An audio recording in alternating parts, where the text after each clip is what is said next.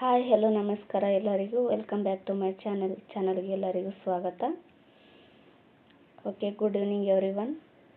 ಇವತ್ತು ನಾವು ಸಂವಿಧಾನದ ಐತಿಹಾಸಿಕ ಬೆಳವಣಿಗೆಗಳನ್ನು ಒಂದು ಟಾಪಿಕನ್ನು ನೋಡೋಣ. ಯಾಕಂದರೆ ಸಿಕ್ಸ್ತ್ ಕ್ಲಾಸ್ ಪಾಠ ಮಾಡಬೇಕಾದ್ರೆ ಹೇಳಿದ್ದೆ ಒಂದು ಸರಿ ಇದ್ರ ಬಗ್ಗೆ ಕ್ಲಾಸ್ ಮಾಡ್ತೀನಿ ಅಂತ. ಹಾಗಾಗಿ ಈ ಟಾಪಿಕ್ನ ತೊಗೊಂಡಿದ್ದೀನಿ ಇವತ್ತು. ಓಕೆ, ರೆಗ್ಯುಲೇಟಿಂಗ್ ಆ್ಯಕ್ಟ್ ಬಗ್ಗೆ ನೋಡೋಣ.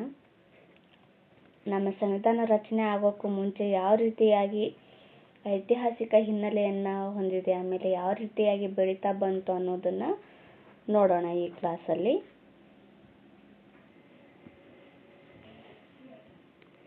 ಬ್ರಿಟಿಷ್ ಸರ್ಕಾರವು ಪ್ರಥಮ ಬಾರಿಗೆ ಭಾರತದಲ್ಲಿ ಈಸ್ಟ್ ಇಂಡಿಯಾ ಕಂಪನಿಯ ವ್ಯವಹಾರಗಳನ್ನು ನಿಯಂತ್ರಿಸಲು ಆರಂಭಿಸಿತು.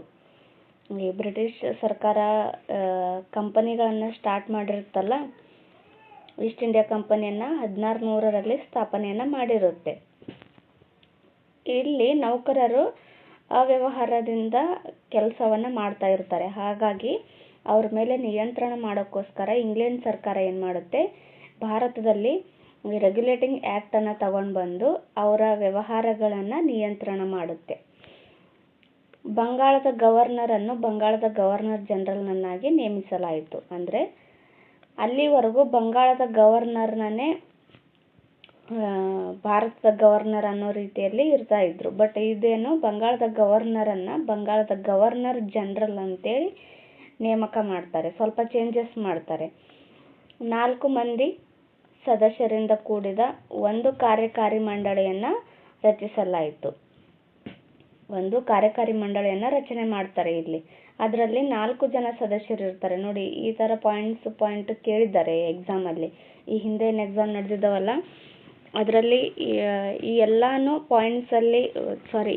ಪಾಯಿಂಟ್ಸ್ಗಳ ರಿಲೇಟೆಡ್ ಒಂದೊಂದು ಕ್ವಶನ್ ಕೇಳಿದ್ದಾರೆ ನೋಡಿ. ಹಾಗಾಗಿ ತುಂಬಾ ಇಂಪಾರ್ಟೆಂಟ್ ಆಗುತ್ತೆ ಈ ಕ್ಲಾಸು. ಲಾರ್ಡ್ ವಾರನ್ ಹೇಸ್ಟಿಂಗ್ಸನೇ ಅಂತಹ ಮೊದಲ ಗವರ್ನರ್ ಆಗಿದ್ದಾನೆ. ನೋಡಿ, ಈ ಥರ ಕೇಳಿದ್ದಾರೆ. ಬಂಗಾಳದ ಮೊದಲ ಗವರ್ನರ್ ಜನರಲ್ ಯಾರು ಅಂತ ಕೇಳಿದರು, ಲಾರ್ಡ್ ವಾರನ್ ಹೇಸ್ಟಿಂಗ್ಸ್. ಆಮೇಲೆ ಬಂಗಾಳದ ಗವರ್ನರನ್ನು ಬಂಗಾಳದ ಗವರ್ನರ್ ಜನರಲ್ ಅಂತೇಳಿ ನೇಮಕ ಮಾಡಿದ್ದು ಯಾವ ಕಾಯ್ದೆ ಅಂತ ಕೇಳ್ತಾರೆ, ರೆಗ್ಯುಲೇಟಿಂಗ್ ಆ್ಯಕ್ಟ್. ನೋಡಿ, ಅದು ಬಾಂಬೆ ಮತ್ತು ಮದ್ರಾಸ್ ಪ್ರಾಂತ್ಯಗಳ ಗವರ್ನರ್ಗಳನ್ನು ಬಂಗಾಳದ ಗವರ್ನರ್ ಜನರಲ್ನಿಗೆ ಅಧೀನಗೊಳಿಸಲಾಯಿತು. ಅಂದರೆ ಅಲ್ಲಿವರೆಗೂ ಈ ಬಾಂಬೆ ಆಮೇಲೆ ಮದ್ರಾಸ್ ಪ್ರಾಂತ್ಯಗಳ ಗವರ್ನರ್ಗಳೇನಿರ್ತಾರಲ್ಲ, ಅವರು ಸ್ವತಂತ್ರವಾಗಿ ಆಳ್ವಿಕೆಯನ್ನು ಅಂದರೆ ಸ್ವತಂತ್ರವಾಗಿ ಕಾರ್ಯನಿರ್ವಹಿಸ್ತಾ ಇರ್ತಾರೆ. ಇಲ್ಲಿದೆ ನೋಡಿ, ಇದಕ್ಕೂ ಮುನ್ನ ಬಾಂಬೆ ಮತ್ತು ಮದ್ರಾಸ್ ಪ್ರಾಂತ್ಯಗಳು ಪರಸ್ಪರ ಸ್ವತಂತ್ರವಾಗಿದ್ದವು. ಇವೆರಡು ಏನಾಗಿರ್ತವೆ, ಸ್ವತಂತ್ರವಾಗಿ ಅಧಿಕಾರವನ್ನು ಮಾಡ್ತಾ ಇರ್ತಾರೆ, ತಮ್ಮ ಕಾರ್ಯಗಳನ್ನು ಮಾಡ್ತಾ ಇರ್ತಾರೆ. ಬಟ್ ಈ ಆ್ಯಕ್ಟ್ ಮೂಲಕ ಬಂಗಾಳದ ಗವರ್ನರ್ ಜನರಲ್ ಅನ್ನೋ ಹುದ್ದೆ ಸೃಷ್ಟಿ ಮಾಡ್ತಾರಲ್ಲ, ಆಗ ಈ ಎರಡೂ ಪ್ರಾಂತ್ಯಗಳ ಗವರ್ನರ್ಗಳು ಈ ಬಂಗಾಳದ ಗವರ್ನರ್ ಜನರಲ್ನಿಗೆ ಅಧೀನವಾಗಿ ಕೆಲಸ ಮಾಡಬೇಕಾಗುತ್ತೆ. ನೆಕ್ಸ್ಟ್, ಒಬ್ಬ ಮುಖ್ಯ ನ್ಯಾಯಾಧೀಶ ಹಾಗೂ 3 ಇತರೆ ನ್ಯಾಯಾಧೀಶರನ್ನೊಳಗೊಂಡ ಸುಪ್ರೀಂ ಕೋರ್ಟನ್ನು ಕಲ್ಕತ್ತಾದಲ್ಲಿ ಸ್ಥಾಪಿಸಲು ಅವಕಾಶ ಮಾಡಿಕೊಡಲಾಯಿತು. ಭಾರತದಲ್ಲಿ ಪ್ರಥಮ ಸುಪ್ರೀಂ ಕೋರ್ಟ್ ಯಾವಾಗ ಸ್ಥಾಪನೆ ಆಯಿತು ಅಂತಲೂ ಕೇಳಿದರು. ಅದು ಯಾವ ಒಂದು ಕಾಯ್ದೆ ಮೂಲಕ ಸ್ಥಾಪನೆ ಮಾಡ್ತಾರೆ ಅಂತ ಕೇಳಿದರು ನೋಡಿ ಹಿಂದೆ ಎಕ್ಸಾಮಲ್ಲಿ. 1773ರ ರೆಗ್ಯುಲೇಟಿಂಗ್ ಆ್ಯಕ್ಟ್ ಪ್ರಕಾರ 1774ರಲ್ಲಿ ಈ ಸುಪ್ರೀಂ ಕೋರ್ಟ್ ಸ್ಥಾಪನೆಯಾಗುತ್ತೆ. ಇದು ಒಬ್ಬ ಮುಖ್ಯ ನ್ಯಾಯಾಧೀಶ ಆಮೇಲೆ 3 ಇತರೆ ನ್ಯಾಯಾಧೀಶರನ್ನು ಒಳಗೊಂಡಿರ್ತಾರೆ. ಯಾವುದೇ ಖಾಸಗಿ ವ್ಯವಹಾರದಲ್ಲಿ ತೊಡಗದಂತೆ ಮತ್ತು ಸ್ಥಳೀಯರಿಂದ ಕಾಣಿಕೆ ಅಥವಾ ಲಂಚ ಸ್ವೀಕರಿಸದಂತೆ ಈಸ್ಟ್ ಇಂಡಿಯಾ ಕಂಪನಿಯ ನೌಕರರ ಮೇಲೆ ನಿರ್ಬಂಧ ಹೇರಿತು. ಈ ಕಾಯ್ದೆ ತರೋಕ್ಕಿಂತ ಮುಂಚೆ ಏನು ಮಾಡ್ತಾರೆ, ಈಸ್ಟ್ ಇಂಡಿಯಾ ಕಂಪನಿ ನೌಕರರು ಇರ್ತಾರಲ್ಲ, ಅವರು ಆ ವ್ಯವಹಾರದಲ್ಲಿ ತೊಡಗಿರ್ತಾರೆ. ಕೆಲವೊಂದಿಷ್ಟು ಏನೋ ಲಂಚ ತಗೊಳ್ಳೋದು, ಆಮೇಲೆ ಜನರನ್ನು ಕಿರುಕುಳ ಮಾಡಿ ದುಡ್ಡನ್ನು ತಗೊಳ್ಳೋದು, ಈ ಥರ ಮಾಡ್ತಾ ಇರ್ತಾರೆ. ಸ್ಥಳೀಯರಿಂದ ಕಾಣಿಕೆ ಅಥವಾ ಲಂಚ ಇದೆಲ್ಲನೂ ಪಡಿತಾ ಇರ್ತಾರಲ್ಲ, ಅದಕ್ಕೋಸ್ಕರ ಇವ್ರ ಮೇಲೆ ನಿಯಂತ್ರಣ ತರೋಕ್ಕೋಸ್ಕರ ಈ ಕಾಯ್ದೆಯನ್ನು ಜಾರಿಗೆ ತರ್ತಾರೆ. ಈ ಕಾಯ್ದೆ ಮೂಲಕ ಇಂಗ್ಲೆಂಡ್ ಸರ್ಕಾರ ಈ ಕಂಪನಿ ನೌಕರರ ಮೇಲೆ ನಿರ್ಬಂಧ ಅಂದರೆ ನಿಯಂತ್ರಣವನ್ನು ಮಾಡುತ್ತೆ. 1773ರಲ್ಲಿ ರೆಗ್ಯುಲೇಟಿಂಗ್ ಕಾಯ್ದೆ ಜಾರಿಯಾಯಿತು. 73ರಲ್ಲಿ ಕಾಯ್ದೆ ಜಾರಿಯಾಗುತ್ತೆ. ಇದು ಭಾರತದ ಸಂವಿಧಾನ ರಚನಾ ಬೆಳವಣಿಗೆಗೆ ಮೊದಲ ಹಂತವಾಗಿದೆ. ನೋಡಿ, ಇದು ಭಾರತ ಸಂವಿಧಾನ ರಚನೆಗೆ ಮೊದಲ ಹಂತದ ಬೆಳವಣಿಗೆ ಆಗಿದೆ. ಈ ಬೆಳವಣಿಗೆ ಏನಾಗಿದೆ? ಮೊದಲ ಹಂತವಾಗಿದೆ. 1773ರಲ್ಲಿ ಜಾರಿಗೆ ಬಂದ ರೆಗ್ಯುಲೇಟಿಂಗ್ ಕಾಯ್ದೆಯು ರಾಬರ್ಟ್ ಕ್ಲೈವ್ ಜಾರಿಗೊಳಿಸಿದ್ದ ದ್ವಿಮುಖ ಸರ್ಕಾರ ಪದ್ಧತಿಯನ್ನು ರದ್ದು ಮಾಡುತ್ತೆ. ನೋಡಿ, ಇದು ಇಂಪಾರ್ಟೆಂಟ್. ಇದಿಷ್ಟೆಲ್ಲ ತುಂಬಾನೇ ಇಂಪಾರ್ಟೆಂಟ್ ನೋಡಿ. ಭಾರತ ಸಂವಿಧಾನ ರಚನಾ ಬೆಳವಣಿಗೆಗೆ ಮೊದಲ ಹಂತವಾಗಿ ಯಾವ ಕಾಯ್ದೆಯಾಗಿತ್ತು ಅಂತ ಕೇಳಿದ್ರು. ರೆಗ್ಯುಲೇಟಿಂಗ್ ಆಕ್ಟ್ ಆಗುತ್ತೆ.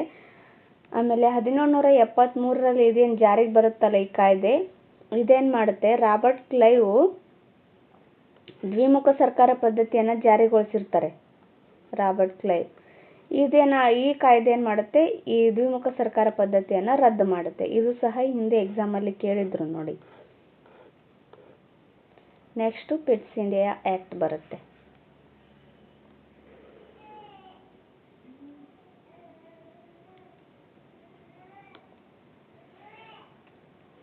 ರೆಗ್ಯುಲೇಟಿಂಗ್ ಕಾಯ್ದೆ 1773ರ ಲೋಪದೋಷಗಳನ್ನು ಸರಿಪಡಿಸಲು ಬ್ರಿಟಿಷ್ ಸಂಸತ್ತು ಜಾರಿಗೆ ತಂದ ಮಹತ್ವದ ಕಾಯ್ದೆ 1784ರ ಪಿಟ್ಸ್ ಇಂಡಿಯಾ ಕಾಯ್ದೆ ಆಗಿದೆ. 1773ರ ಕಾಯ್ದೆಯನ್ನು ತಂದಿರ್ತಾರಲ್ಲ, ಅದರಲ್ಲಿ ಸಾಕಷ್ಟು ಲೋಪದೋಷಗಳಿಂದ ಕೂಡಿರುತ್ತೆ ಈ ಕಾಯ್ದೆ. ಆದ್ದರಿಂದ ಅದನ್ನು ಸರಿಪಡಿಸೋಕ್ಕೋಸ್ಕರ ಮತ್ತೆ ಒಂದು ಕಾಯ್ದೆ ತಗೊಂಡು ಬರ್ತಾರೆ, ಪಿಟ್ಸ್ ಇಂಡಿಯಾ ಆಕ್ಟ್ ಅಂತೇಳಿ. 1784ರಲ್ಲಿ ಈ ಕಾಯ್ದೆಯನ್ನು ಜಾರಿಗೆ ತರ್ತಾರೆ. ಈ ಕಾಯ್ದೆ ರಾಜಕೀಯ ವ್ಯವಹಾರಗಳನ್ನು ನಿರ್ವಹಿಸಲು ಪ್ರತ್ಯೇಕವಾದ ಬೋರ್ಡ್ ಆಫ್ ಕಂಟ್ರೋಲ್ಸ್ ಅನ್ನು ರಚಿಸಿತು. ನೋಡಿ, ಅಲ್ಲಿ 4 ಜನರನ್ನ ಒಳಗೊಂಡಿರ್ತಕ್ಕಂಥ ಒಂದು ಕಾರ್ಯಕಾರಿ ಮಂಡಳಿಯನ್ನ ಜಾರಿಗೆ ತಂದಿರ್ತಾರಲ್ಲ, ಅದೇ ರೀತಿಯಾಗಿ ಇಲ್ಲೇನ್ ಮಾಡುತ್ತೆ ಈ ಕಾಯ್ದೆ? ರಾಜಕೀಯ ವ್ಯವಹಾರಗಳನ್ನು ನಿರ್ವಹಿಸಲು, ಅಂದ್ರೆ ರಾಜಕೀಯ ವ್ಯವಹಾರಗಳನ್ನ ಮಾಡೋಕ್ಕೋಸ್ಕರ ಪ್ರತ್ಯೇಕವಾದ ಒಂದು ಬೋರ್ಡ್ ಆಫ್ ಕಂಟ್ರೋಲ್ ಅನ್ನ ಜಾರಿಗೆ ತರುತ್ತೆ. ಇದು ಕೇಳಿದ್ರು. ಬೋರ್ಡ್ ಆಫ್ ಕಂಟ್ರೋಲ್ಸ್ ಅನ್ನ ರಚಿಸಿದ ಕಾಯ್ದೆ ಯಾವುದು ಅಂತ ಕೇಳಿದ್ರು. ಅದು 1784ರ ಪಿಟ್ಸ್ ಇಂಡಿಯಾ ಕಾಯ್ದೆ ಅನ್ನೋದು ನೆನಪಿರಲಿ. ಕಂಪನಿಯ ಭಾರತದ ಭೂಪ್ರದೇಶವನ್ನ ಬ್ರಿಟಿಷ್ ಪೊಸೆಷನ್ ಇನ್ ಇಂಡಿಯಾ ಎಂದು ಕರೆಯಲಾಯಿತು. ಕಂಪನಿಯ ಭಾರತ ಭೂಪ್ರದೇಶ, ನಮ್ಮ ಭಾರತದಲ್ಲಿ ಕಂಪನಿ ಹೊಂದಿರ್ತದಲ್ಲ ನಮ್ಮ ಭೂಪ್ರದೇಶಗಳನ್ನ, ಅದನ್ನ ಬ್ರಿಟಿಷ್ ಪೊಸೆಷನ್ ಇನ್ ಇಂಡಿಯಾ ಅಂತ ಕರೀತಾರೆ. ಅದಕ್ಕೆ ಬ್ರಿಟಿಷ್ ಪೊಸಿಷನ್ ಇನ್ ಇಂಡಿಯಾ ಅಂತ ಕರೀತಾರೆ. ನೆಕ್ಸ್ಟ್ ಈ ಪಿಟ್ಸ್ ಇಂಡಿಯಾ ಕಾಯ್ದೆ ಲಕ್ಷಣಗಳನ್ನ ನೋಡೋಣ. ನೋಡಿ, ಇದು ಸಾಕಷ್ಟು ಸಾರಿ ಎಕ್ಸಾಮಲ್ಲಿ ಕೇಳಿದರೆ ಪಿಟ್ಸ್ ಇಂಡಿಯಾ ಕಾಯ್ದೆಯ ಲಕ್ಷಣಗಳನ್ನ ಹೇಳಿಕೆ ರೂಪದಲ್ಲಿ ಕೊಟ್ಟು ಇದರಲ್ಲಿ ಯಾವುದೊಂದು ಲಕ್ಷಣವಲ್ಲ ಅಂತ ಕೇಳ್ತಾರೆ. ಇಲ್ಲ ಒಂದು 4 ಆಪ್ಷನ್ ಕೊಟ್ಟು ಇದರಲ್ಲಿ ಯಾವುದು ಈ ಪಿಟ್ಸ್ ಇಂಡಿಯಾ ಕಾಯ್ದೆ ಲಕ್ಷಣವಾಗಿದೆ ಅಂತ ಕೊಡ್ತಾರೆ. ಸೊ ಇದೆಲ್ಲ KS ಎಕ್ಸಾಮ್ಗೆ, ಆಮೇಲೆ ಗ್ರೂಪ್ C ಎಕ್ಸಾಮ್ಗೆ ತುಂಬಾನೇ ಇಂಪಾರ್ಟೆಂಟ್ ಆಗ್ತವೆ. ಗ್ರೂಪ್ B ಈ ಥರ ಎಕ್ಸಾಮ್ಸ್ ಇರ್ತಾವಲ್ಲ, ಅಂಥ ಎಕ್ಸಾಮ್ಗಳಲ್ಲಿ ಕೇಳ್ತಾರೆ. ಇತ್ತೀಚೆಗೆ SDFD ಅನ್ನಲ್ಲೂ ಕೇಳೋದಕ್ಕೆ ಶುರು ಮಾಡಿದ್ದಾರೆ. ಸೊ ಹಾಗಾಗಿ ನೆನಪಲ್ಲಿ ಇಟ್ಕೊಳ್ರಿ, ತುಂಬಾನೇ ಇಂಪಾರ್ಟೆಂಟ್ ಆಗುತ್ತೆ. ಈ ಕಾಯ್ದೆ ಕಂಪನಿಯ ವಾಣಿಜ್ಯ ಮತ್ತು ರಾಜಕೀಯ ಕಾರ್ಯಗಳನ್ನು ಬೇರ್ಪಡಿಸಿತು. ನೋಡಿ, ಈ ಕಾಯ್ದೆ ಬರೋಕ್ಕಿಂತ ಮುಂಚೆ ಏನಾಗುತ್ತೆ? ವಾಣಿಜ್ಯ ವ್ಯವಹಾರಗಳೇ ಬೇರೆ ಆಗಿರುತ್ತೆ, ರಾಜಕೀಯ ಕಾರ್ಯಗಳೇ ಬೇರೆ ಆಗಿರುತ್ತೆ. ಬಟ್ ಈ ಕಾಯ್ದೆ ಬಂದ್ಬಿಟ್ಟು ಏನ್ ಮಾಡುತ್ತೆ? ಈ ಕಾಯ್ದೆ ಕಂಪನಿಯ ವಾಣಿಜ್ಯ ಮತ್ತು ರಾಜಕೀಯ ಕಾರ್ಯಗಳನ್ನ ಬೇರ್ಪಡಿಸುತ್ತೆ. ವಾಣಿಜ್ಯ ಮತ್ತು ರಾಜಕೀಯ ಕಾರ್ಯಗಳು ಒಂದಾಗೇ ಇರ್ತವೆ ಈ ಕಾಯ್ದೆ ಬರೋಕ್ಕಿಂತ ಮುಂಚೆ. ಬಟ್ ಈ ಕಾಯ್ದೆ ಬಂದಾದ್ಮೇಲೆ ಏನ್ ಮಾಡುತ್ತೆ? ವಾಣಿಜ್ಯ ಬೇರೆ, ರಾಜಕೀಯ ಕಾರ್ಯಗಳು ಬೇರೆ ಅಂತೇಳಿ ವಿಂಗಡಣೆಯನ್ನ ಮಾಡುತ್ತೆ. ಸಿವಿಲ್, ಮಿಲಿಟರಿ, ರೆವೆನ್ಯೂ ವಿಷಯಗಳ ಮೇಲ್ವಿಚಾರಣೆಗಾಗಿ 6 ಮಂದಿ ಪ್ರಿವ್ಯೂ ಕೌನ್ಸಿಲ್ ಸದಸ್ಯರ ಒಂದು ಸಮಿತಿಯನ್ನ ಇಂಗ್ಲೆಂಡ್ನಲ್ಲಿ ರಚಿಸಿತು. ನೋಡಿ, 6 ಮಂದಿ ಪ್ರಿವ್ಯೂ ಕೌನ್ಸಿಲ್ ಸದಸ್ಯರ ಒಂದು ಸಮಿತಿಯನ್ನ ಇಂಗ್ಲೆಂಡ್ನಲ್ಲಿ ರಚನೆ ಮಾಡುತ್ತೆ. ಇದರಲ್ಲಿ ಸಿವಿಲ್, ಮಿಲಿಟರಿ ಮತ್ತು ರೆವೆನ್ಯೂ ವಿಷಯಗಳ ಮೇಲ್ವಿಚಾರಣೆಯನ್ನ ಇದರಲ್ಲಿ ಮಾಡ್ತಾ ಇರ್ತಾರೆ. ಈ ಕಾಯ್ದೆ ದ್ವಿಮುಖ ಸರ್ಕಾರವನ್ನ ಸ್ಥಾಪಿಸಿತು. ನೋಡಿ, ಪಿಟ್ಸ್ ಇಂಡಿಯಾ ಕಾಯ್ದೆ ಏನ್ ಮಾಡುತ್ತೆ? ದ್ವಿಮುಖ ಸರ್ಕಾರವನ್ನ ಸ್ಥಾಪನೆ ಮಾಡುತ್ತೆ. 1773ರ ರೆಗ್ಯುಲೇಟಿಂಗ್ ಆಕ್ಟ್ ಏನ್ ಮಾಡುತ್ತೆ? ರಾಬರ್ಟ್ ಕ್ಲೈವ್ ಜಾರಿಗೆ ತಂದಿದ್ದ ದ್ವಿಮುಖ ಸರ್ಕಾರ ಪದ್ಧತಿಯನ್ನ ರದ್ದು ಮಾಡುತ್ತೆ. ಬಟ್ ಇದೇನ್ ಮಾಡುತ್ತೆ? ದ್ವಿಮುಖ ಸರ್ಕಾರವನ್ನ ಇದು ಸ್ಥಾಪನೆ ಮಾಡುತ್ತೆ. ಮಂಡಳಿಯ ಆದೇಶವನ್ನ ಭಾರತಕ್ಕೆ ವರ್ಗಾಯಿಸುವ ಜವಾಬ್ದಾರಿಯನ್ನ 3 ನಿರ್ದೇಶಕರನ್ನೊಳಗೊಂಡ ಒಂದು ರಹಸ್ಯ ಸಮಿತಿ ನೀಡಲಾಯಿತು. ನೋಡಿ, ಮಂಡಳಿಯ ಆದೇಶವನ್ನ ಭಾರತಕ್ಕೆ ವರ್ಗಾಯಿಸಬೇಕಲ್ಲ, ಆ ಜವಾಬ್ದಾರಿಯನ್ನ ಮೂವರು ನಿರ್ದೇಶಕರನ್ನೊಳಗೊಂಡ ಒಂದು ರಹಸ್ಯ ಸಮಿತಿಯನ್ನು ನೇಮಕ ಮಾಡ್ತಾರೆ. ಗವರ್ನರ್ ಜನರಲ್ನ ಸಮಿತಿ ಸದಸ್ಯರ ಸಂಖ್ಯೆಯನ್ನು 4ರಿಂದ 3ಕ್ಕೆ ಇಳಿಸಲಾಯಿತು. ಅಲ್ಲಿ ಗವರ್ನರ್ ಜನರಲ್ ಕಾರ್ಯಕಾರಿ ಸಮಿತಿ ಇರುತ್ತಲ್ಲ, ಅಲ್ಲಿ 4 ಜನ ಸದಸ್ಯರು ಇರ್ತಾರೆ. ಬಟ್ ಇಲ್ಲಿ ಏನಾಗುತ್ತೆ, 4ರಿಂದ 3ಕ್ಕೆ ಇಳಿಸ್ತಾರೆ. 3 ಜನ ಸದಸ್ಯರನ್ನ ಹೊಂದಿರುತ್ತೆ. ರಾಯಭಾರತ್ವ, ಯುದ್ಧ ಮತ್ತು ಕಂದಾಯ ಈ ವಿಷಯಗಳಿಗೆ ಸಂಬಂಧಿಸಿದಂತೆ ಮದ್ರಾಸ್, ಬಾಂಬೆ ಪ್ರೆಸಿಡೆನ್ಸಿಗಳನ್ನು ಬಂಗಾಳದ ಗವರ್ನರ್ ಜನರಲ್ನ ಸಮಿತಿಗೆ ಅಧೀನಗೊಳಿಸಲಾಯಿತು. ರಾಯಭಾರತ್ವವಾಗಿರಬಹುದು, ಯುದ್ಧ ಮತ್ತು ಕಂದಾಯ ಅಂದರೆ ಖಜಾನೆಗೆ ಸಂಬಂಧಪಟ್ಟಿರ್ತಕ್ಕಂಥ ವಿಷಯಗಳು, ಆರ್ಥಿಕತೆ ಸಂಬಂಧಪಟ್ಟ ವಿಷಯಗಳು. ಈ ವಿಷಯಗಳಿಗೆ ಸಂಬಂಧಿಸಿದಂತೆ ಒಂದು ನಿಮಿಷ.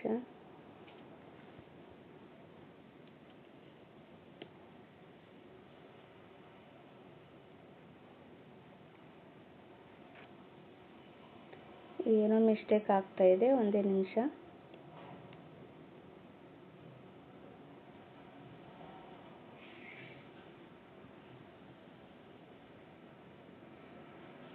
ಮದ್ರಾಸ್, ಬಾಂಬೆ ಈ ವಿಷಯಗಳಿಗೆ ಸಂಬಂಧಿಸಿದಂತೆ ಮದ್ರಾಸ್, ಬಾಂಬೆ ಪ್ರೆಸಿಡೆನ್ಸಿಗಳನ್ನು ಬಂಗಾಳದ ಗವರ್ನರ್ ಜನರಲ್ನ ಸಮಿತಿಗೆ ಅಧೀನಗೊಳಿಸಲಾಗುತ್ತೆ. ಅಲ್ಲಿವರೆಗೂ ಏನು ಮಾಡಿರ್ತಾರೆ, ಈ ಬಂಗಾಳ ಮತ್ತು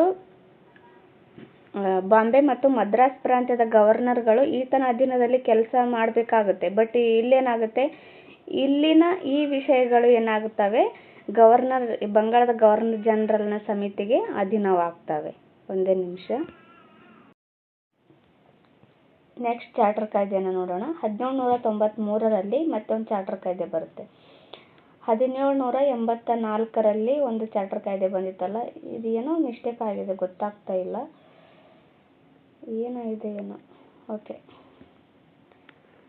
1793ರಲ್ಲಿ ಮತ್ತೊಂದು ಚಾರ್ಟರ್ ಕಾಯ್ದೆ ಬರುತ್ತೆ. ಇವೇನಾಗ್ತವೆ, ಪ್ರತಿ 20 ವರ್ಷಗಳಿಗೊಮ್ಮೆ ಚಾರ್ಟರ್ ಕಾಯ್ದೆಗಳನ್ನು ಜಾರಿಗೆ ತರ್ತಾ ಇರ್ತಾರೆ. ಇನ್ನು 20 ವರ್ಷಗಳ ಕಾಲ ವ್ಯಾಪಾರದಲ್ಲಿ ಭಾರತದೊಂದಿಗೆ ಏಕಸ್ವಾಮ್ಯವನ್ನು ಕಂಪನಿ ಪಡೆಯುತ್ತೆ. ಬೋರ್ಡ್ ಆಫ್ ಕಂಟ್ರೋಲ್ ಮತ್ತು ಸದಸ್ಯರು ಕಂಪನಿಯ ಇತರೆ ಕಾರ್ಯಕಾರಿಣಿಗಳಿಗೆ ಭಾರತದ ಖಜಾನೆಯಿಂದ ವೇತನ ಪಡೆಯಲು ಅವಕಾಶ ಪಡೆಯಿತು. ನೋಡಿ, ಕಂಪನಿಯ ಈ ಬೋರ್ಡ್ ಆಫ್ ಕಂಟ್ರೋಲ್ ಮತ್ತು ಸದಸ್ಯರು ಕಂಪನಿಯ ಇತರೆ ಕಾರ್ಯಕಾರಿಣಿಗಳಿಗೆ ಭಾರತದ ಖಜಾನೆಯಿಂದ ವೇತನ ಪಡೆಯೋದಕ್ಕೆ ಅವಕಾಶ ಪಡೆಯುತ್ತೆ. ನೋಡಿ, ಭಾರತದವರು ಅವರಿಗೆ ದುಡ್ಡು ಕೊಡಬೇಕು. ಆ ಥರ ಈ ಕಾಯ್ದೆನಲ್ಲಿ ತಗೊಂಡು ಬಂದಿರ್ತಾರೆ. 1813ರ ಚಾರ್ಟರ್ ಕಾಯ್ದೆ ನೋಡಿ, ಇಲ್ಲಿಂದ ಇಲ್ಲಿಗೆ ಮತ್ತೆ 20 ವರ್ಷ ಆಯ್ತಲ್ಲ, ಆ ರೀತಿಯಾಗಿ 1813ರಲ್ಲಿ ಈ ಕಾಯ್ದೆ ಪ್ರಕಾರ ಶಿಕ್ಷಣ, ಸಂಸ್ಕೃತಿ ಮತ್ತು ವಿಜ್ಞಾನ ಕ್ಷೇತ್ರಗಳಿಗೆ 1 ಲಕ್ಷ ರೂಪಾಯಿ ಹಣವನ್ನು ಮೀಸಲಿಡಬೇಕೆಂದು ನಿರ್ದೇಶನ ನೀಡಲಾಯಿತು. ನೋಡಿ, ಇದು ತುಂಬ ಇಂಪಾರ್ಟೆಂಟ್. ಶಿಕ್ಷಣಕ್ಕಾಗಿ 1 ಲಕ್ಷ ರೂಪಾಯಿ ದುಡ್ಡನ್ನು ಮೀಸಲಾಗಿಟ್ಟಿದ್ದು ಯಾವ ಕಾಯ್ದೆ ಅಂತ ಕೇಳಿದ್ರು ಹಿಂದೆ ಎಕ್ಸಾಮಲ್ಲಿ.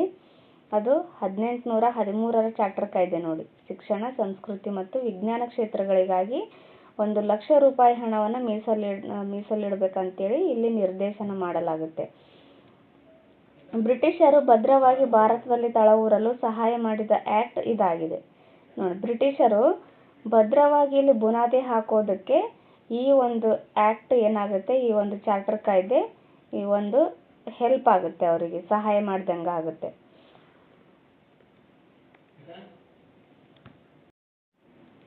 ಕ್ರೈಸ್ತ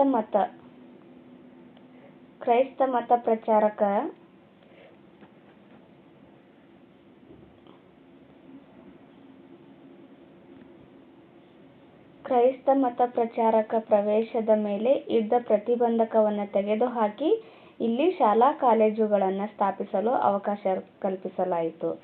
ಯಾವುದೇ ರೀತಿಯಾದ ನಿರ್ಬಂಧ ಇರಲಾರ್ದೇನೆ ಎಲ್ಲ ಪ್ರತಿಬಂಧಕಗಳನ್ನು ತೆಗೆದುಹಾಕಿ ಇಲ್ಲೇನಾಗುತ್ತೆ, ಶಾಲಾ ಕಾಲೇಜುಗಳನ್ನು ಸ್ಥಾಪನೆ ಮಾಡಬೇಕು ಅಂತೇಳಿ ಈ ಒಂದು ಕಾಯ್ದೆನಲ್ಲಿ ಅವಕಾಶ ಮಾಡಿಕೊಡಲಾಗುತ್ತೆ.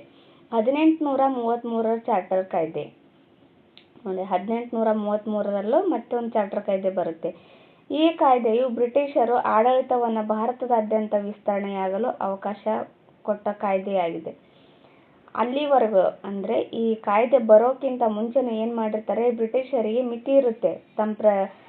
ಭೂಪ್ರದೇಶ ಎಷ್ಟರವರೆಗೆ ಇರುತ್ತೋ ಅಷ್ಟು ಮಾತ್ರ ಅವರು ಅಧಿಕಾರವನ್ನು ಮಾಡಬಹುದು ಅನ್ನೋದು ಇರುತ್ತೆ. ಬಟ್ ಈ ಕಾಯ್ದೆ ಏನು ಮಾಡುತ್ತೆ, ಭಾರತದಾದ್ಯಂತ ಅವರು ಏನೋ ತಮ್ಮ ಆಡಳಿತವನ್ನು ವಿಸ್ತರಿಸೋದಕ್ಕೆ ಇದು ಹೆಲ್ಪ್ ಮಾಡುತ್ತೆ ಈ ಕಾಯ್ದೆಯ ಪ್ರಮುಖ ಅಂಶಗಳೆಂದರೆ ನೋಡಿ, ಈ ಥರ ಎಲ್ಲ ಪಾಯಿಂಟ್ಸ್ ಕೇಳ್ತಾ ಇರ್ತಾರೆ ಎಕ್ಸಾಮಲ್ಲಿ, ಸೊ ನೆನಪಲ್ಲಿ ಇಟ್ಕೊಳ್ರಿ.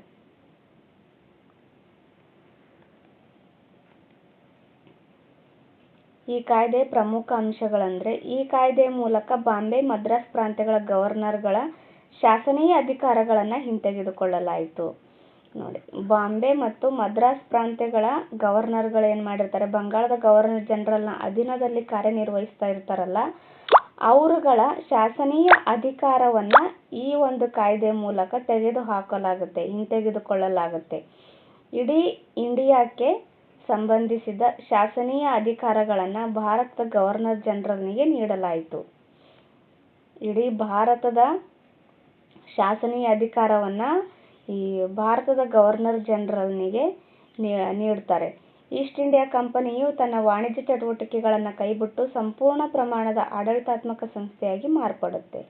ನೋಡಿ, ಈಸ್ಟ್ ಇಂಡಿಯಾ ಕಂಪನಿ ವಾಣಿಜ್ಯ ಚಟುವಟಿಕೆ ಅಂದರೆ ವ್ಯವಹಾರವನ್ನು ಮಾಡ್ತಾ ಇರುತ್ತಲ್ಲ, ಅಂಥ ಚಟುವಟಿಕೆಗಳನ್ನೆಲ್ಲ ಕಾರ್ಯಗಳನ್ನೆಲ್ಲ ಕೈಬಿಟ್ಟು ಪೂರ್ಣ ಪ್ರಮಾಣವಾಗಿ ಅಂದರೆ ಸಂಪೂರ್ಣವಾಗಿ ಆಡಳಿತಾತ್ಮಕ ಸಂಸ್ಥೆಯಾಗಿ ಮಾರ್ಪಡುತ್ತೆ. ಇವರು ಬ್ರಿಟಿಷರು ನಮ್ಮ ಭಾರತಕ್ಕೆ ಬಂದಿದ್ದು ಕೇವಲ ವ್ಯಾಪಾರ ಮಾಡೋದಕ್ಕೆ, ಬಟ್ ಇಲ್ಲಿ ನೋಡಿ ಆಡಳಿತನೇ ನಡೆಸೋದಕ್ಕೆ ಸ್ಟಾರ್ಟ್ ಮಾಡ್ತಾರೆ ಈ ಕಾಯ್ದೆ ಮೂಲಕ. ನಾಗರಿಕ ಸೇವಾ ವರ್ಗದ ಸದಸ್ಯರ ಆಯ್ಕೆಗೆ ಮುಕ್ತ ಸ್ಪರ್ಧಾತ್ಮಕ ವ್ಯವಸ್ಥೆಯನ್ನು ಜಾರಿಗೆ ತರಲು ಪ್ರಯತ್ನಿಸಿತು. ಇವಾಗ ನಾವು ಸಿವಿಲ್ ಸರ್ವಿಸ್ ಎಕ್ಸಾಮ್ ಬರಿತೀವಲ್ಲ, ಆ ರೀತಿಯಾದ ಎಕ್ಸಾಮ್ಗಳನ್ನು ಆ ರೀತಿಯಾಗಿ ಒಬ್ಬ ಅಧಿಕಾರಿನ ನೇಮಕ ಮಾಡಬೇಕಾದ್ರೆ ಎಕ್ಸಾಮ್ ಮೂಲಕ ಅವ್ರನ್ನ ನೇಮಕ ಮಾಡಬೇಕು ಅನ್ನೋದನ್ನು ಇಲ್ಲಿ ಜಾರಿಗೆ ತರ್ತಾರೆ. ಈ ಕಾಯ್ದೆಯು ಯಾವುದೇ ಹುದ್ದೆಯನ್ನು, ಸ್ಥಾನವನ್ನು, ಉದ್ಯೋಗವನ್ನು ಹೊಂದದಂತೆ ಭಾರತೀಯರನ್ನು ನಿರ್ಬಂಧಿಸುವಂತಿಲ್ಲ. ಅಂದರೆ ಭಾರತೀಯರನ್ನು ಈ ಕಾಯ್ದೆ ಏನು ಮಾಡುತ್ತೆ, ಯಾವುದೇ ಹುದ್ದೆ ಹೊಂದೋದಕ್ಕಾಗಬಹುದು ಅಥವಾ ಯಾವುದೇ ಒಂದು ಸ್ಥಾನ, ಉದ್ಯೋಗ ಪಡಿಬೇಕಂತ ಇರ್ತಾರಲ್ಲ ಭಾರತೀಯರು, ಅವರಿಗೆ ಯಾವುದೇ ರೀತಿಯಾದ ನಿರ್ಬಂಧ ಮಾಡೋ ಹಾಗಿಲ್ಲ ಅಂತ ಈ ಕಾಯ್ದೆನಲ್ಲಿ ಹೇಳುತ್ತೆ.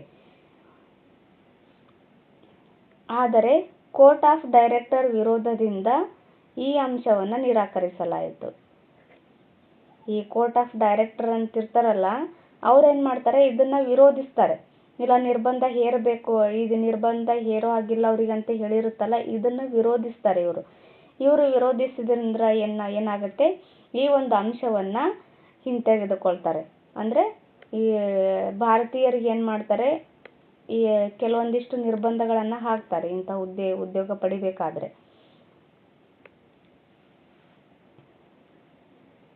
ಈ ಕಾಯ್ದೆ ಬಂಗಾಳದ ಗವರ್ನರ್ ಜನರಲ್ನನ್ನು ಭಾರತದ ಗವರ್ನರ್ ಜನರಲ್ನನ್ನಾಗಿ ಮಾಡಿತು.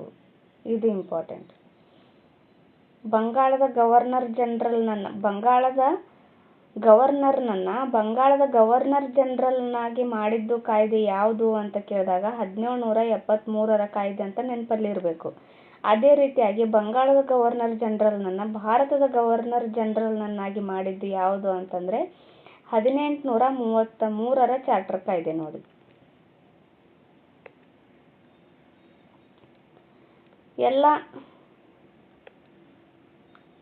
ಎಲ್ಲ ಸಿವಿಲ್ ಮತ್ತು ಮಿಲಿಟರಿ ಅಧಿಕಾರಗಳನ್ನು ಅವನಿಗೆ ನೀಡಲಾಯಿತು. ಈ ಭಾರತ ಗವರ್ನರ್ ಜನರಲ್ನಿಗೆ ಈ ಸಿವಿಲ್ ಆಮೇಲೆ ಮಿಲಿಟರಿ ಅಧಿಕಾರಗಳನ್ನು ಆತನಿಗೆ ನೀಡ್ತಾರೆ. ಹೀಗೆ ಈ ಕಾಯ್ದೆಯ ಮೂಲಕ ಪ್ರಥಮ ಬಾರಿಗೆ ಬ್ರಿಟಿಷರು ಸ್ವಾಮ್ಯದ ಭಾರತದ ಮೇಲೆ, ಭೂಪ್ರದೇಶಗಳ ಮೇಲೆ ನಿಯಂತ್ರಣವನ್ನು ಹೊಂದಿದ ಭಾರತ ಸರ್ಕಾರವನ್ನು ಸೃಷ್ಟಿಸಲಾಯಿತು. ನೋಡಿ, ಈ ಮೂಲಕ ಏನು ಮಾಡ್ತಾರೆ, ಪ್ರಥಮ ಬಾರಿಗೆ ಬ್ರಿಟಿಷರು ಭಾರತದ ಎಲ್ಲ ಭೂಪ್ರದೇಶಗಳ ಮೇಲೆ ನಿಯಂತ್ರಣ ಹೊಂದೋದಕ್ಕೆ ಭಾರತ ಸರ್ಕಾರವನ್ನು ಸೃಷ್ಟಿ ಮಾಡಿದಂಗೆ ಆಗುತ್ತೆ ಈ ಚಾರ್ಟರ್ ಕಾಯ್ದೆ ಮೂಲಕ. ಲಾರ್ಡ್ ವಿಲಿಯಂ ಬೆಂಟಿಂಕರನ್ನು ಭಾರತದ ಪ್ರಥಮ ಗವರ್ನರ್ ಜನರಲ್ನನ್ನಾಗಿ ನೇಮಕ ಮಾಡ್ತಾರೆ.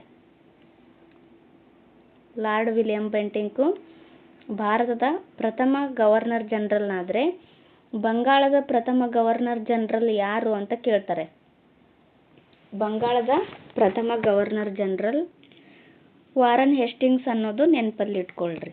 ಇಲ್ಲಿ ಬರೆಯೋದಕ್ಕೆ ಚೆನ್ನಾಗಿ ಬರ್ತಾ ಇಲ್ಲ, ಇದಕ್ಕೇನೋ ಪ್ರಾಬ್ಲಮ್ ಆಗಿದೆ, ಹಾಗಾಗಿ ಬರೆಯೋದಕ್ಕೆ ನೀಟಾಗಿ ಬರ್ತಾ ಇಲ್ಲ, ಸೊಟ್ಟ ಪುಟ್ಟ ಹೋಗ್ತಾ ಇದೆ ಎಲ್ಲ ರೈಟಿಂಗ್ಸು. ನೋಡೋಣ, ಟ್ರೈ ಮಾಡ್ತೀನಿ.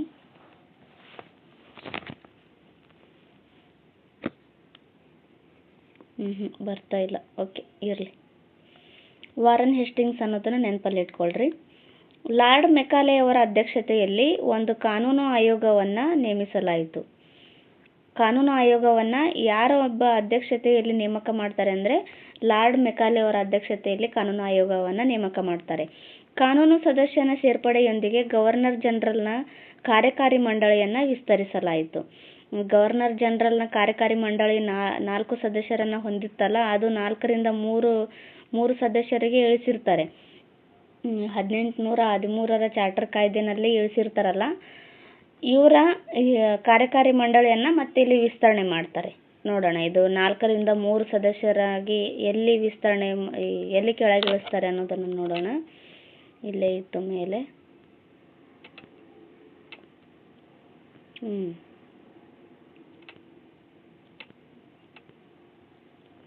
ಇಲ್ಲ, 1784ರ ಕಾಯ್ದೆನಲ್ಲಿ 4ರಿಂದ 3 ಸದಸ್ಯರಿಗೆ ಇಳಿಸ್ತಾರೆ ನೋಡಿ, ನೆನಪಲ್ಲಿ ಇಟ್ಕೊಳ್ರಿ. ಓಕೆ,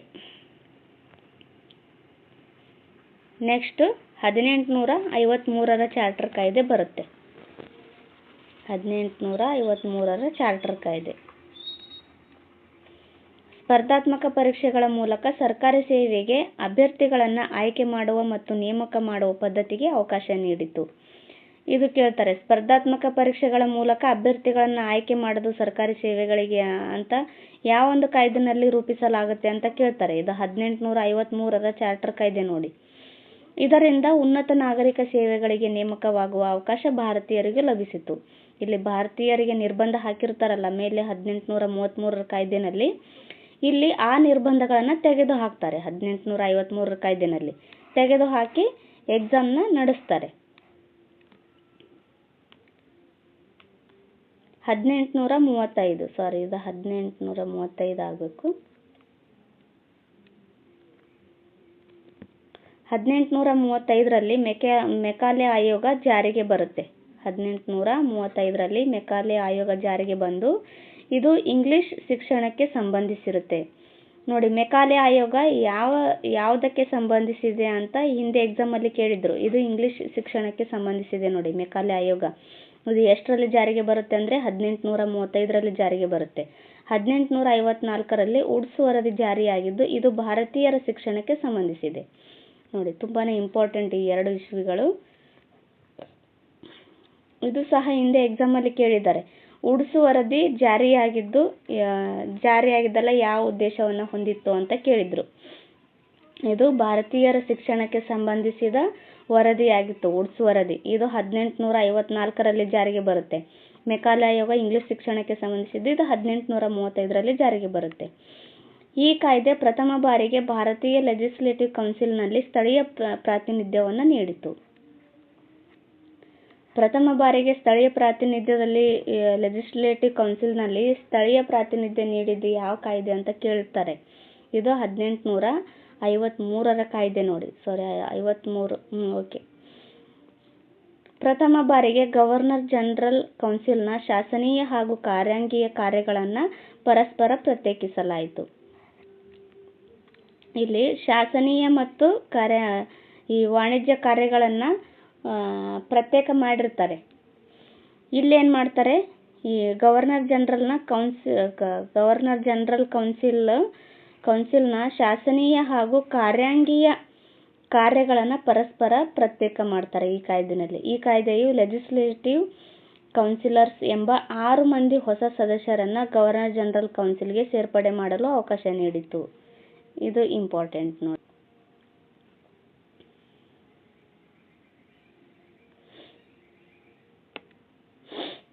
ಎಷ್ಟು ಜನ? 6 ಜನ ಸದಸ್ಯರನ್ನು ಲೆಜಿಸ್ಲೇಟಿವ್ ಕೌನ್ಸಿಲರ್ಸ್ ಎಂಬ 6 ಮಂದಿ ಹೊಸ ಸದಸ್ಯರನ್ನು ಗವರ್ನರ್ ಜನರಲ್ ಕೌನ್ಸಿಲ್ಗೆ ಸೇರ್ಪಡೆ ಮಾಡಲು ಇಲ್ಲಿ ಅವಕಾಶ ನೀಡಲಾಗುತ್ತೆ. ಬೋರ್ಡ್ ಆಫ್ ಕಂಟ್ರೋಲಿನ ಸದಸ್ಯರ ಕಾರ್ಯದರ್ಶಿಯ ಮತ್ತು ಇತರ ಅಧಿಕಾರಿಗಳ ವೇತನವನ್ನು ಬ್ರಿಟಿಷ್ ಸರ್ಕಾರವೇ ನಿರ್ಧರಿಸಬೇಕು ಮತ್ತು ಆ ವೇತನವನ್ನು ಕಂಪನಿಯ ಭಾರತೀಯ ಆದಾಯದಿಂದ ನೀಡಬೇಕು ಎಂದು ಈ ಕಾಯ್ದೆ ಹೇಳುತ್ತೆ. ನೋಡಿ, ಭಾರತೀಯರನ್ನೇ ಎಕಡೆ ಸುತ್ತು ಭಾರತೀಯರನ್ನೇ ದೋಚೋದು ಇವ್ರ ಉದ್ದೇಶ ಆಗಿರುತ್ತೆ. ಬೋರ್ಡ್ ಆಫ್ ಕಂಟ್ರೋಲಿನ ಸದಸ್ಯರು, ಕಾರ್ಯದರ್ಶಿ ಮತ್ತು ಇತರ ಅಧಿಕಾರಿಗಳಿರ್ತಾರಲ್ಲ, ಅವರ ವೇತನ ಮತ್ತು ವೇತನವನ್ನು ಬ್ರಿಟಿಷ್ ಸರ್ಕಾರ ನಿರ್ಧಾರ ಮಾಡೋದು ಯಾರು? ಬ್ರಿಟಿಷರೇ. ಬಟ್ ಆ ವೇತನವನ್ನು ನೀಡೋದು ಯಾರು? ಈ ಭಾರತೀಯ ಕಂಪನಿಗಳಿರ್ತಾವಲ್ಲ ಭಾರತದಲ್ಲಿ, ಆ ಆದಾಯದಿಂದ ಇವರು ವೇತನವನ್ನು ನೀಡಬೇಕು ಅನ್ನೋದು ಈ ಕಾಯ್ದೆನಲ್ಲಿ ಹೇಳ್ತಾರೆ.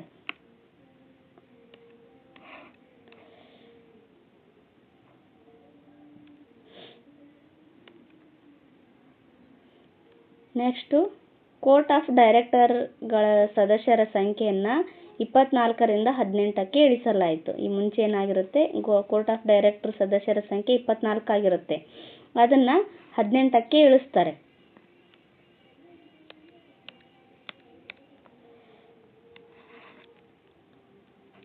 ಈ 18 ಮಂದಿ ಸದಸ್ಯರ ಪೈಕಿ 6 ಮಂದಿ ಬ್ರಿಟಿಷ್ ಸಾಮ್ರಾಜ್ಞಿಯಿಂದ ನೇಮಕವಾಗಬೇಕೆಂದು ಹೇಳಿತು. ಅಂದರೆ ಲಂಡನ್ ರಾಣಿ ಇರ್ತಾರಲ್ಲ, ಆ ರಾಣಿಯಿಂದ ಈ 6 ಜನ ಸದಸ್ಯರು ನೇಮಕವಾಗಬೇಕು. 18 ಜನ ಇರಬೇಕಲ್ಲ, ಅದರಲ್ಲಿ 6 ಮಂದಿ ರಾಣಿಯಿಂದ ನೇಮಕ ಆಗಬೇಕು ಅಂತ ಈ ಕಾಯ್ದೆನಲ್ಲಿ ಹೇಳುತ್ತೆ. ನೆಕ್ಸ್ಟು 1858ರ ಕಾಯ್ದೆಯನ್ನು ನೋಡೋಣ. 1858ರ ಭಾರತ ಸರ್ಕಾರ ಕಾಯ್ದೆ.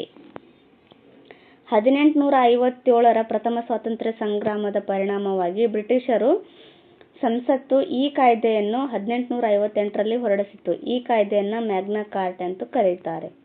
ಯಾವ ಕಾಯ್ದೆಯನ್ನು ಮ್ಯಾಗ್ನಾ ಕಾರ್ಟ ಅಂತ ಕರೀತಾರೆ ಅಂತ ಕೇಳಿದ್ದಾರೆ ಹಿಂದೆ ಎಕ್ಸಾಮಲ್ಲಿ. ಇದು 1858ರ ಕಾಯ್ದೆ.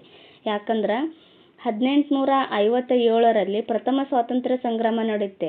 ಈ ಬ್ರಿಟಿಷರ ಅನೈತಿಕ ಧೋರಣೆಗಳಿಂದ ಬೇಸತ್ತ ಜನರು, ಭಾರತೀಯರು ಏನು ಮಾಡ್ತಾರೆ, ಇವ್ರ ವಿರುದ್ಧ ಮಹಾಬಂಡಾಯವನ್ನೇ ಮಾಡ್ತಾರೆ. ಆದ್ದರಿಂದ ಬ್ರಿಟಿಷ್ ರಾಣಿ ಏನು ಮಾಡ್ತಾಳೆ, ಈ ಮ್ಯಾಗ್ನಾ ಕಾರ್ಟನ್ನು ಹೊರಡಿಸ್ತಾಳೆ. 1858ರಲ್ಲಿ ಕಾಯ್ದೆನ ಜಾರಿಗೆ ತರ್ತಾರೆ.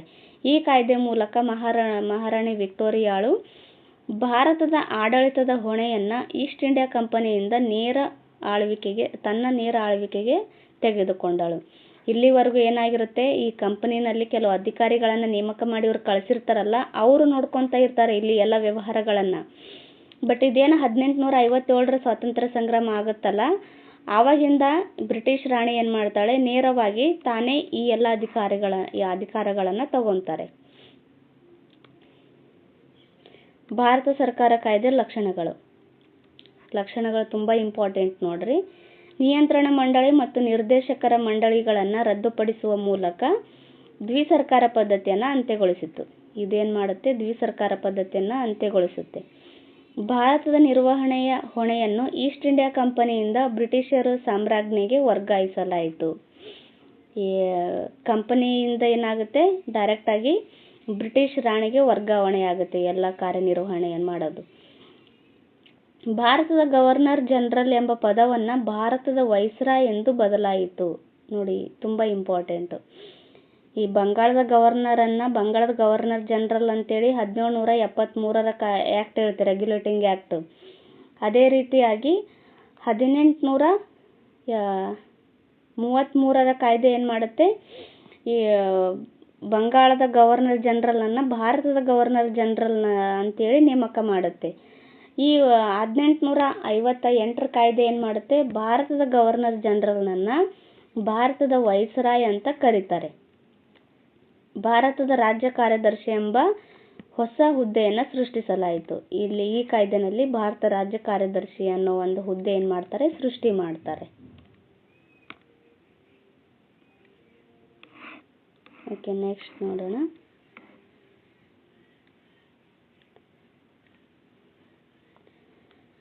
ಭಾರತ ಆಡಳಿತದ ಎಲ್ಲ ಅಧಿಕಾರ ಮತ್ತು ಆಡಳಿತ ಮೇಲಿನ ನಿಯಂತ್ರಣವನ್ನು ಭಾರತ ರಾಜ್ಯ ಕಾರ್ಯದರ್ಶಿಗೆ ನೀಡಲಾಯಿತು. ಎಲ್ಲ ಅಧಿಕಾರ ಮತ್ತು ಆಡಳಿತದ ಮೇಲಿನ ನಿಯಂತ್ರಣ ಏನು ಮಾಡ್ತಾರೆ, ಕಾರ್ಯದರ್ಶಿಗೆ ನೀಡ್ತಾರೆ.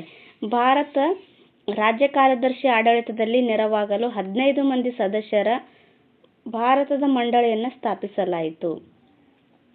ಈ ಕಾರ್ಯದರ್ಶಿಗೆ ನೆರವಾಗುವ ಸಲುವಾಗಿ ಒಂದು ಮಂಡಳಿಯನ್ನು ನಿರ್ಮಾಣ ಮಾಡ್ತಾರೆ. ಅದರಲ್ಲಿ 15 ಜನ ಸದಸ್ಯರು ಇರ್ತಾರೆ. ಈ ಮಂಡಳಿ ಸಲಹಾ ಸಂಸ್ಥೆಯಾಗಿತ್ತು.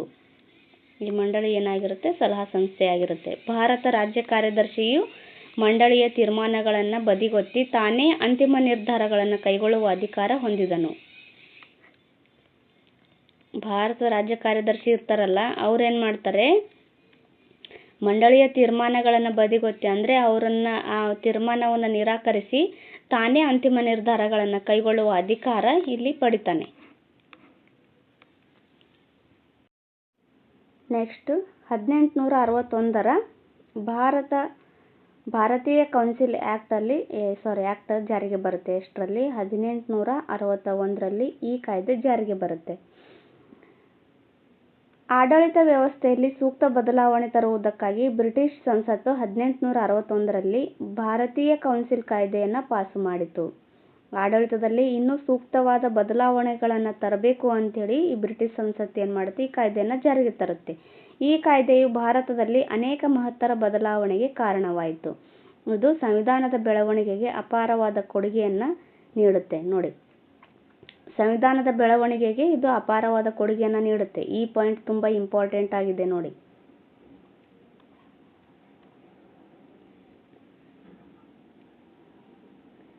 ಭಾರತೀಯ ಕೌನ್ಸಿಲ್ ಕಾಯ್ದೆಯ ಲಕ್ಷಣಗಳು ತುಂಬ ಇಂಪಾರ್ಟೆಂಟ್ ಆಗ್ತವೆ. ಈ ಕಾಯ್ದೆಯು ಭಾರತೀಯರು ಕಾನೂನು ರೂಪಿಸುವ ಪ್ರಕ್ರಿಯೆಯಲ್ಲಿ ಭಾಗವಹಿಸುವಂತೆ ಅವಕಾಶ ಕಲ್ಪಿಸಿತು. ನೋಡಿ, ಇಲ್ಲಿವರೆಗೂ ಭಾರತೀಯರನ್ನ ಈ ರೀತಿಯಾದ ಒಂದು ಉನ್ನತ ಹುದ್ದೆಗೆ ನೇಮಕ ಮಾಡ್ತಾ ಇರಲಿಲ್ಲ. ಬಟ್ ಈ ಕಾಯ್ದೆ ಏನು ಮಾಡುತ್ತೆ? ಭಾರತೀಯರು ಕಾನೂನು ರೂಪಿಸುವ ಪ್ರಕ್ರಿಯೆಯಲ್ಲಿ ಭಾಗವಹಿಸುವಂತೆ ಅವಕಾಶ ಮಾಡಿಕೊಡುತ್ತೆ. 1861ರಲ್ಲಿ IPC ಭಾರತೀಯ ದಂಡ ಸಂಹಿತಾ ನೀತಿ ಜಾರಿಯಾಗುತ್ತೆ. ನೋಡಿ, ಈ IPC ಎಷ್ಟರಲ್ಲಿ ಜಾರಿಗೆ ಬರುತ್ತೆ ಅಂತ ಈ PCPSI ಎಕ್ಸಾಮ್ಗಳಿಗೆ ಸಾಕಷ್ಟು ಬಾರಿ ಕೇಳ್ತಾರೆ. ಎಕ್ಸಾಮ್ಗೆ ಕ್ವಶನ್ಸ್. 1861ರಲ್ಲಿ ಈ IPC ಜಾರಿಗೆ ಬರುತ್ತೆ. ವೈಸ್ರಾಯ್ ತನ್ನ ಕೌನ್ಸಿಲ್ಗೆ ಭಾರತೀಯರನ್ನ ಅಧಿಕಾರೇತರ ಸದಸ್ಯರಾಗಿ ನಾಮಕರಣ ಮಾಡಿಕೊಂಡರು. ವೈಸ್ರಾಯ್ ಏನು ಮಾಡ್ತಾನೆ? ಈ ಭಾರತೀಯರನ್ನ ಅಧಿಕಾರೇತರ ಸದಸ್ಯರಾಗಿ ಕೌನ್ಸಿಲ್ಗೆ ನೇಮಕ ಮಾಡ್ಕೊತಾರೆ. ಈ ಕಾಯ್ದೆಯಂತೆ 1862ರಲ್ಲಿ ವೈಸ್ರಾಯ್ ಲಾರ್ಡ್ ಕ್ಯಾನಿಂಗ್ ರವರು ಲೆಜಿಸ್ಲೇಟಿವ್ ಕೌನ್ಸಿಲ್ಗೆ ಬನಾರಸ್ ರಾಜ, ಪಟಿಯಾಲಾದ ಮಹಾರಾಜ ಹಾಗೂ ಸರ್ ದಿವಾಕರ್ ರಾವ್ ಅವರನ್ನ ನಾಮಕರಣ ಮಾಡಿದರು. ನೋಡಿ, ಇದೇನು ವೈಸ್ರಾಯ್ ಭಾರತೀಯರನ್ನ ನೇಮಕ ಮಾಡೋದಕ್ಕೆ ನೇಮಕ ಮಾಡ್ಕೊತಾರಲ್ಲ, ಆ ರೀತಿಯಾದ ನೇಮಕವಾದ ಭಾರತೀಯರು ಯಾರಂದ್ರೆ ಬನಾರಸ್ನ ರಾಜ, ಆಮೇಲೆ ಪಟಿಯಾಲಾದ ಮಹಾರಾಜ ಹಾಗೂ ಸರ್ ದಿವಾಕರ್ ರಾವ್ ಇವರನ್ನ ನಾಮಕರಣ ಮಾಡ್ಕೊತಾರೆ ಈ ಲೆಜಿಸ್ಲೇಟಿವ್ ಕೌನ್ಸಿಲ್ಗೆ. ಓಕೆ, ನೆಕ್ಸ್ಟ್ ಭಾರತೀಯ ಕೌನ್ಸಿಲ್ ಕಾಯ್ದೆ ಬರುತ್ತೆ. 1892ರ ಭಾರತೀಯ ಕೌನ್ಸಿಲ್ ಕಾಯ್ದೆ. 1892ರ ಕಾಯ್ದೆಯಡಿಯಲ್ಲಿ 1861ರ ಕೌನ್ಸಿಲ್ ಕಾಯ್ದೆಯ ಮುಂದುವರೆದ ಕಾಯ್ದೆಯಾಗಿ ರೂಪವಾಗಿದೆ. ಈ 1861ರಲ್ಲಿ ಏನು ಕೌನ್ಸಿಲ್ ಕಾಯ್ದೆ ಜಾರಿಗೆ ಬರುತ್ತಲ್ಲ, ಅದರ ಮುಂದುವರಿದ ಭಾಗವಾಗಿ ಇದು ಅಂದರೆ ಕಾರ್ಯನಿರ್ವಹಿಸುತ್ತೆ 1892ರ ಕಾಯ್ದೆ. 1861ರ ಕಾಯ್ದೆ ಪ್ರಕಾರ ಸ್ಥಾಪಿತವಾಗಿರುವ ಮಂಡಳಿಗಳಲ್ಲಿ ಭಾರತೀಯರಿಗೆ ನ್ಯಾಯಸಮ್ಮತವಾದ ಪ್ರಾತಿನಿಧ್ಯವನ್ನು ನೀಡಲಾಗಿಲ್ಲ ಎಂದು ಕಾಂಗ್ರೆಸ್ ಪ್ರತಿಭಟಿಸಿತು. 1861ರ ಕಾಯ್ದೆಯಲ್ಲಿ ಏನಾಗುತ್ತೆ? ಭಾರತೀಯರಿಗೆ ಕೆಲವೊಂದಿಷ್ಟು ಪ್ರಾತಿನಿಧ್ಯ ನೀಡಲಾಗುತ್ತೆ ಅಂತ ಹೇಳಿರ್ತಾರಲ್ಲ, ಬಟ್ ಆ ರೀತಿಯಾದ ಯಾವುದೇ ಯಾವುದೇ ವ್ಯವಸ್ಥೆಯನ್ನು ಮಾಡಿರಲ್ಲ. ಆದ್ದರಿಂದ ಈ ಕಾಂಗ್ರೆಸ್ ಅಲ್ಲಿ ಇರ್ತಕ್ಕಂಥ ಸದಸ್ಯರು ಏನು ಮಾಡ್ತಾರೆ? ಪ್ರತಿಭಟನೆಯನ್ನು ಮಾಡ್ತಾರೆ. ಜೊತೆಗೆ ಶಾಸನೀಯ ಮಂಡಳಿಗಳ ಸದಸ್ಯರ ನೇಮಕಾತಿ ಪದ್ಧತಿಯನ್ನು ವಿರೋಧಿಸಿತು. ಕಾಂಗ್ರೆಸ್ ಏನು ಮಾಡುತ್ತೆ? ಇದಕ್ಕಷ್ಟೇ ಪ್ರತಿಭಟನೆ ಮಾಡೋದಿಲ್ಲ, ಶಾಸನೀಯ ಮಂಡಳಿಗಳ ಸದಸ್ಯರನ್ನು ನೇಮಕ ಮಾಡೋದಕ್ಕೆ ಪದ್ಧತಿ ಇರುತ್ತಲ್ಲ, ಅದ್ರ ವಿರುದ್ಧನೂ ಕೂಡ ಇವರು ಪ್ರತಿಭಟನೆಯನ್ನು ಮಾಡ್ತಾರೆ. ಚುನಾಯಿತ ಪದ್ಧತಿ, ಆಮೇಲೆ ಆಯವ್ಯಯ ಪಟ್ಟಿಯ ಮೇಲೆ ಮಂಡಳಿಯ ಅಧಿಕಾರ, ಕಾರ್ಯಾಂಗದ ಮೇಲೆ ಶಾಸನೀಯ ನಿಯಂತ್ರಣ ಮುಂತಾದ ಬೇಡಿಕೆಗಳನ್ನು ಈ ಕಾಂಗ್ರೆಸ್ ಏನು ಮಾಡುತ್ತೆ? ಪ್ರತಿಭಟನೆಯನ್ನು ಮಾಡುತ್ತೆ.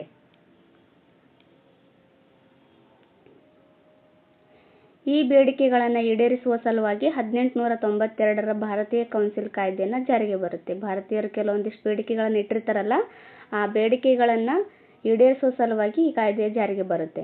ಈ ಭಾರತೀಯ ಕೌನ್ಸಿಲ್ನ ಲಕ್ಷಣಗಳನ್ನು ನೋಡೋಣ. ಕೇಂದ್ರ ಮತ್ತು ಪ್ರಾಂತೀಯ ಲೆಜಿಸ್ಲೇಟಿವ್ ಕೌನ್ಸಿಲ್ನ ಹೆಚ್ಚುವರಿ ಸದಸ್ಯರ ಸಂಖ್ಯೆಯನ್ನು ಹೆಚ್ಚಿಸಲಾಯಿತು.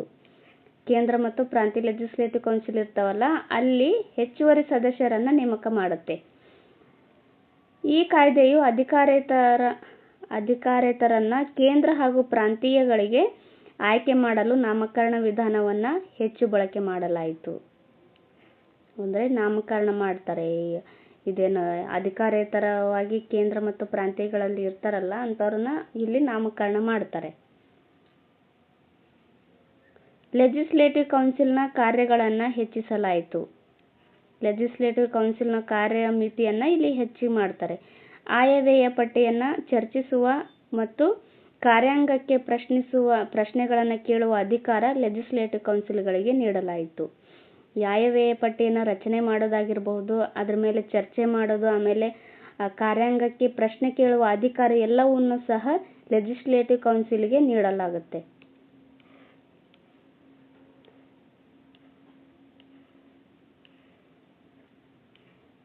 ಓಕೆ,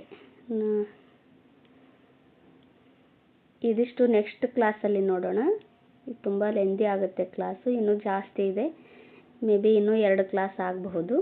ಓಕೆ, ನೆಕ್ಸ್ಟ್ ಕ್ಲಾಸ್ ನೋಡೋಣ. ಇದಿಷ್ಟು ಇವತ್ತಿನ ಕ್ಲಾಸ್ ಆಗಿತ್ತು. ಯಾರೆಲ್ಲ ನನ್ನ ಚಾನೆಲ್ನ ಇನ್ನೂ ಸಬ್ಸ್ಕ್ರೈಬ್ ಮಾಡ್ಕೊಂಡಿಲ್ವೋ ದಯವಿಟ್ಟು ನನ್ನ ಚಾನೆಲ್ನ ಸಬ್ಸ್ಕ್ರೈಬ್ ಮಾಡ್ಕೊಳ್ಳಿ. ಹಾಗೂ ಈ ವಿಡಿಯೋ ಇಷ್ಟ ಆದರೆ ಒಂದು ಲೈಕ್ ಮಾಡಿ, ಕಮೆಂಟ್ ಮಾಡಿ ಮತ್ತು ನಿಮ್ಮ ಫ್ರೆಂಡ್ಸ್ಗಳ ಜೊತೆನೂ ಶೇರ್ ಮಾಡಿ. ಓಕೆ, ಸಿಗೋಣ ನೆಕ್ಸ್ಟ್ ಕ್ಲಾಸಲ್ಲಿ. ಇಷ್ಟೊತ್ತು ಈ ವಿಡಿಯೋ ನೋಡಿದ್ದಕ್ಕೆ ತುಂಬ ಹೃದಯದ ಧನ್ಯವಾದಗಳು.